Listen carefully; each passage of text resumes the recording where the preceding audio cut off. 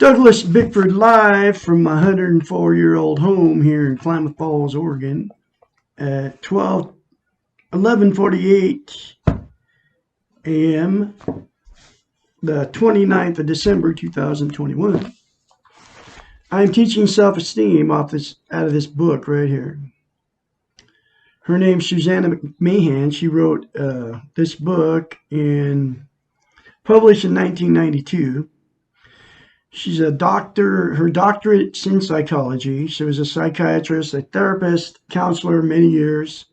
She's 73 years old, lives in Madrid, Texas, with her husband. Anyway, this book will change your life, because in it, very first concept in it is how to attain self-esteem. You look yourself in the mirror, say, I love you, say, I love my inner child, say, I'm worthy to be loved and worthy to love. And that will give you self-esteem on steroids. It works, okay? I didn't have any self-esteem my whole life because I was sexually, emotionally, and physically abused as a child. And what we do is we carry that with us, okay, our whole lives, and we never talk about it, because until you attain self-esteem, what we do as humans is we stuff all this pain that happens to us, okay? And that's because we have this thing called an inner child, okay? You mature emotionally, but your inner child is stuck at the 2-year-old level. It's the guardian of your emotional warehouse, okay? And this all comes from a psychiatrist, okay? That's how I learned it. And we all have an inner child, man or woman, okay? It's you when you were 2 years old. But like I said, it's stuck at the 2-year-old level emotionally, and it's the guardian of all the bad that's been said and done to you your whole life. And it won't let you at those emotions until you say, I love you to your inner child. I acknowledge you exist. I'm going to take care and nurture you. Okay? It's like a little 2-year-old. Literally, physically say that to your inner child. That's why the second thing in mirror therapy is, I love my inner child. I'm going to nurture and take care of you.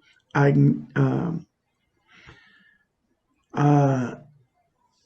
acknowledge you exist, and I'm listening to you, okay? Because you cannot attain self-esteem until you tell your inner child that, and that's why it's in the 3 things that you have to say to yourself daily in the mirror to attain self-esteem. Self-esteem is also like lifting weights. To maintain it and to keep it, you have to practice it, okay? Because if you quit saying those 3 things to yourself in the mirror, you'll lose it. And, you won't keep it. And it's very simple. I love Douglas Bickford. I love my inner child. I'm worthy to be loved and worthy to love. Less than 10 seconds while you're in front of the mirror anyway. Every day. Most of us are in front of the mirror every day. And here's the thing about self-esteem, okay? You can't be loved without it. You can't love without it. And you also cannot be content. And content is internal peace. It's you feel good about yourself, where you are, how you are, and what you are, okay? That's what content is. And what people do to try to be content, which is drugs, alcohol, sex, TV, food, religion, another person, material possessions, or money. There's 9 things that people try to use to be content. Those things are all called external, as in it's all out of this book right here. It's outside of you, okay? Every one of those things. And they will never, ever make you content, ever. The only thing that'll make you content and have eternal peace is to attain self-esteem. And the 3 things in the mirror to yourself daily will give you self-esteem on steroids if you do it and if you keep saying it. Okay. Happened to me. I have it. I'm full of it now. Okay.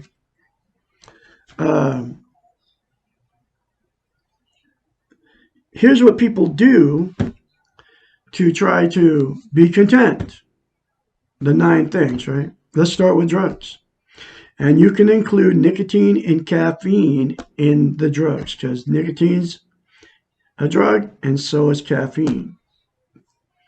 So wherever you get your caffeine from, you're taking a drug when you're ingesting caffeine. Okay. And nicotine, same thing. But then there's marijuana, heroin, all the illegal drugs, cocaine, methamphetamines. Adderall is a big one now for young people. It's like a sex drug. It's like a stimulant, just like caffeine. It gives you a energy boost. Okay. Same thing that caffeine does. All the prescription pills that your doctors give you, unless you're taking it for pain, you have chronic pain, you can't get rid of them unless you take a, muscle relaxer or whatever, okay, to alleviate the pain. You're using the drugs to make yourself feel better, okay? And they will never, ever make you feel better. They'll never, ever, they'll make you feel better temporarily, but they'll never, ever make you permanently, give you eternal peace, which is a self-esteem. Okay, the only thing that'll do that is self-esteem, okay? Alcohol, same thing. Beer, wine, hard liquor, doesn't matter what it is. You drink it to make yourself feel better. I don't care what you say to me. Everybody drinks alcohol to make themselves feel better. There's no other reason to drink it. It's not like the taste of it is any good. I mean, it's like, it tastes terrible. Even in wine, right? Even in wine. But that warm, fuzzy feeling, that's what you drink it for. You can deny it to me all day long, but I know that's what you're using it for. Beer, same thing, doesn't matter because it has alcohol in it. Doesn't matter percentage. And then you get that feeling, right? And that always goes away. It's never permanent, okay, with alcohol. Sex, same thing. Feel good while you're doing it, and then as soon as you're done, you don't feel good anymore, all right? Television, exact same thing.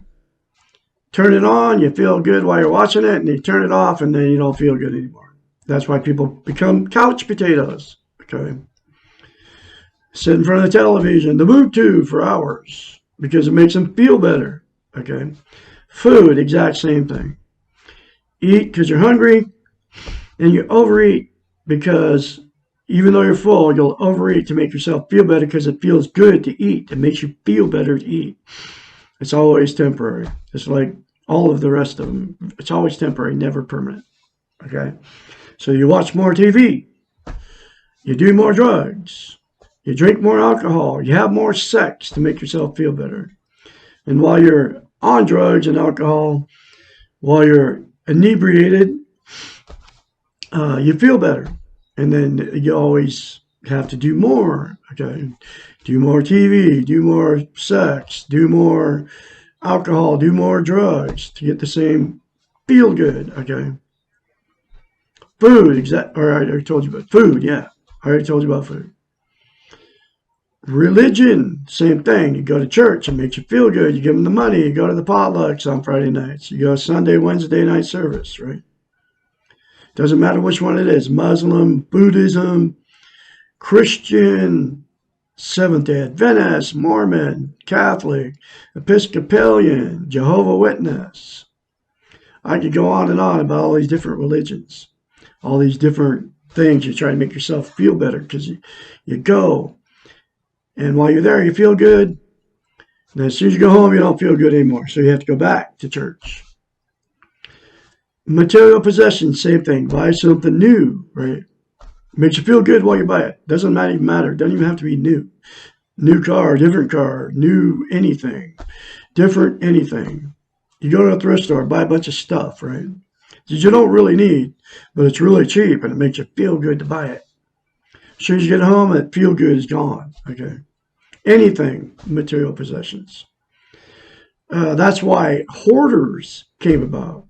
They don't feel good about themselves, so they just pile their houses full of all this junk. Okay. Closets. You can't even walk through their house. You got so much junk. Because they're trying to make themselves feel good by getting stuff, right? Because they don't feel good about themselves. Relationships. You get in whether you marry them or don't marry them, you meet the love of your life. You know, it could be a fifth marriage or a third marriage or a second marriage or a first marriage. You meet somebody new, man. You can't wait to be with them. You're just like, woo, I feel good around this person. You want to talk to them. You call them at 3 o'clock in the morning. You want to be with them. You hang out with them. You can't wait to do all the stuff with them, right? All excited. And it's never permanent. It's always temporary. And you all know, you all been in them. And then you get in these toxic relationships because you don't have any self-esteem. Because that's why you get in a toxic relationship, because you can't love or be loved. Okay. So they don't love you. They need you. You need them. You can't love without self-esteem and be loved. So it always, the newness always goes away, and it never makes you content. Okay. Money, same thing.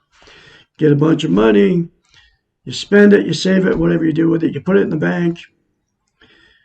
Even if you don't spend it all, the newness, when you first get it, man, you're all excited and it feels good. You got all that money, and then people blow it. They go blow all of it. They get a big chunk of change and they'll gamble it away instead of buying something good with it. People do that all the time, trying to make more money, right? So they give it away. I mean, I've talked to people who have done that. I mean, several. Okay. $50,000 is a lot of money. This one guy told me, yeah, I got 50 grand. I gambled it all away at the Oregon lottery. They got these casinos. I live in Oregon. Got these, every bar has, they're not slot, they're, video poker and all that. But this guy was telling me he blew $50,000. Another guy I talked to had $90,000. He met some woman on Facebook, okay, from a house he sold. 90 grand. He met some gypsy woman in Las Vegas on Facebook. And he gave her $90,000 for a palm reading business, and she told him she was going to make him all kinds of money with it. He gave her 90 grand cash, literally. That's what happens with no self-esteem. Okay. He was just trying to, somebody walking, oh, I see who that is. Anyway, that's what we get ourselves into with no self-esteem, but that's just money. Okay. Money will never make you happy. The guy got 90 grand. The other guy got 50. The other guy got 50 grand from his mother. I think she died, and he got an inheritance of 50 grand. He blew it all on video poker. And then the other guy, I don't know what he was trying to do, And 90 grand. 90 grand. Think about it. Okay. Anyway, that's money. The money didn't make him happy. He's trying to buy his happiness with that money, Anyway, those are the 9 things. They're always temporary. They'll never make you content. The only thing that will make you content is to attain self-esteem, self-love, self-confidence, self-worth. It's how you feel about yourself inside. And content is internal peace. Okay. Self-esteem will give you that. The three things in the mirror will give you that. Guaranteed. It happened to me. I didn't have any. And the reason I didn't have any because of my emotional, physical, and sexual abuse as a child. Then I didn't have any for 65 years. I didn't have any because, number one, nobody taught me how to get it. And it was robbed from me because of my emotional, sexual, and physical abuse. Like I said, as a kid, I carried that my whole life. I didn't get it until 65, and until I got it out of this book, and that's where that concept came from. It's mirror therapy, right? And here's the other thing about mirror therapy. You can't lie to yourself in the mirror. You very easily go in front of the mirror in the morning, or whenever you get in front of the mirror. Makeup on as a woman, shaving as a man, brushing your teeth, whatever. And criticize yourself, okay? You can easily do that. You know why? Because that's how you feel about yourself. I tell you to say, I love you in the mirror, and you cringe or want to call me names, right? Because, and you know why you can't say I love you in the mirror? Is because you can't lie to yourself in the mirror. Because you don't believe it about yourself. But I guarantee you, you have to force yourself to do it the very first time you do it. I had to force myself to do it. As soon as I read it in this book, I did it in the mirror. And it was like very strange. I was go, I love you, Douglas Bickford. Right? And I was just like you. I'd criticize myself in front of the mirror. But if you criticize yourself, it means you don't love yourself. And since you can't lie to yourself in the mirror, you're just saying exactly what you believe about yourself when you criticize yourself. Because you can easily say it to yourself in the mirror. But you can't say anything good to yourself in the mirror, especially I love you. And I'm worthy to be loved. I'm worthy to love. I say it every day. I love Douglas Bickford. I love my inner child. I'm worthy to be loved, worthy to love. I'm a very talented musician. I'm full of goodness. I'm a good father, a good husband. I'm a good grandfather. I say all kinds of good stuff about myself in the mirror. I say all kinds of good stuff about myself, period. Because I have self-esteem now. I have self-love. Okay, and it's not a bad thing to love yourself, folks, and take care of your own needs. It's a good thing. Because you're the only one that can do it. So, that's why I am teaching self-esteem on YouTube. Okay. Because, number one, it saved my life. Okay, she saved my life. Susanna McMahon, I'd love to give her a big hug. But she's nowhere to be found. I don't know where, phone number or anything. And it changed my life. It can change yours too. Those three things in the mirror will do it for you. And the other reason I'm doing this is because, number one, nobody's teaching it. You can't find anybody teaching self-esteem on YouTube. Nobody's teaching it. Nobody's teaching how to get it, which I am teaching you how to get it. I told you how to get it. And if you do those things and keep doing it, it will give you self-esteem on steroids, guaranteed. Nobody's telling you how simple it is, and those three things in the mirror will give you self-esteem. I kid you not. It works. And nobody's telling you how important it is. Think about it, folks. Can't love without it. Can't be loved without it. And you can't be content without it. It's the absolute most important thing you can have as a human being. Okay. So, without self-esteem, you get yourself in toxic relationships. That's why I've been married 4 times and divorced 4 times. And until you attain self-esteem and get self-esteem, you can break up with somebody and you'll jump right back in with another person that doesn't have self-esteem, and the exact same thing will happen. Guaranteed. When I read that in this book, and this is all in this book, all of it, everything that I've learned and I'm teaching. Okay. When I read that in this book, I cringed that I couldn't get another relationship because I didn't want to face the pain of my last one, which was my fourth marriage. I had to leave this woman because she was going to kill a third cat. She killed two of my cats. Because I had no self-esteem, I let her do it. That's what we get ourselves into with no self-esteem. She had not one iota of self-esteem, but she would never admit it. Okay. Just like I believe there's billions of people on the planet that are running around with no self-esteem. And you get yourself in many messes without self-love. Okay. And absolutely nobody's teaching it. I mean, I kid you not. You got to wonder why that is. You know, nobody's teaching us how to love ourselves. In fact, they say it's a bad thing to love yourself, right? That's what we're being taught. She calls it training and being taught. Anyway, I'm going through this book one chapter at a time. This is the copy I found in my son's house after I left my toxic relationship almost 14 months ago.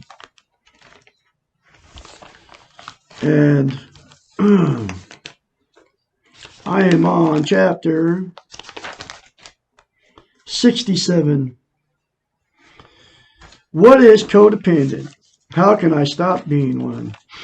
The term codependent developed from the field of substance abuse after counselors and clinicians became aware that the spouse of the addictive person was also sick from being overinvolved with the addict and the problem. Codependents become addicted to the helping or enabling role and frequently find this is harder to give up than the addict giving up the addiction. A clear explanation of codependency is the following joke. On his or her deathbed, the codependent sees the other's life flash before his or her eyes. Another way to understand the concept is that the codependent means caring more for others than we do for ourselves and taking care of their needs as presumed by us, more than we take care of our own needs. In order to do this, we must spend a lot of time dancing in others' heads in order to figure out what they are needing, what they're thinking and feeling, and what will work to change them. All our energies are focused on changing others. I was married to one. My fourth marriage, that was what she was. Of course, she would never admit it. The codependent lives in a world of illusion for the future. If only becomes a goal for life. If only the other will stop doing what he or she is doing, life will be wonderful. If only the other will change and I will be okay. The sad fact is that even if the other does give up the addiction, does change, the codependent's life is still stuck in illusion, and she or he does not know how to function without enabling behaviors. It takes a lot of effort and work to change our focus from others onto ourselves. The codependent usually has no idea how to begin to refocus. The tricky thing about codependency is that all of us have some codependent tendencies. All of us help others, sometimes to the exclusion of ourselves. It is easy to become involved in someone else's problems, and it feels good to nurture and take care of others. The secret between being codependent and being caring is a matter of degree. There are times when we can put others' needs ahead of our own, and times when we can give a great deal. But these times need to be short-term and not chronic. We need to know when we will stop and how we will take care of ourselves. We need to know that what we are doing is a gift and that we're doing it for ourselves and not to change the other person. The only exception to this is taking care of small children. We do this caretaking because they have a right to it. Children are vulnerable and helpless and depend on us for survival. We are not codependent when we are taking care of an infant or a child. We may, however, become codependent with the adolescent. Part of caretaking means knowing when to let go and when to let the others do it for themselves. If you think you are codependent, that you have more than normal codependent tendencies, you will probably feel a lot of resentment and a lot of anger towards others. You will feel obsessed by your circumstances and unable to let go of the worrying, the caretaking, and the guilt. If you find that you're doing more worrying about someone else's life than your own life, get help. Join a support group. Read the literature on codependence. Find a counselor or a therapist who understands codependency and begin to let go. The way to stop being codependent is to begin to be independent. Practice focusing all your attention from the other person onto yourself. Take care of yourself first. Let them take care of themselves. If the other cannot take care of himself or herself, tell the person to get a professional. You are an amateur in the helping business and you are quitting. If you have to, let the other person go. You are not responsible for his or her life or addiction. You can only live your life! Exclamation point. Another very powerful chapter for you from the Portable Therapist. Get the book. It's in a video description and a link of all my videos. I can be your mentor. I've been through the change. 458-232-5238. You all remember to look at yourself in the mirror, say, I love you, say, I love my inner child, say, I'm worthy to be loved. Say it daily without fail. Tomorrow's chapter will be, Why Can't I Have a Good Relationship? Chapter 68. You all have a great day out there, and I'll talk to you tomorrow.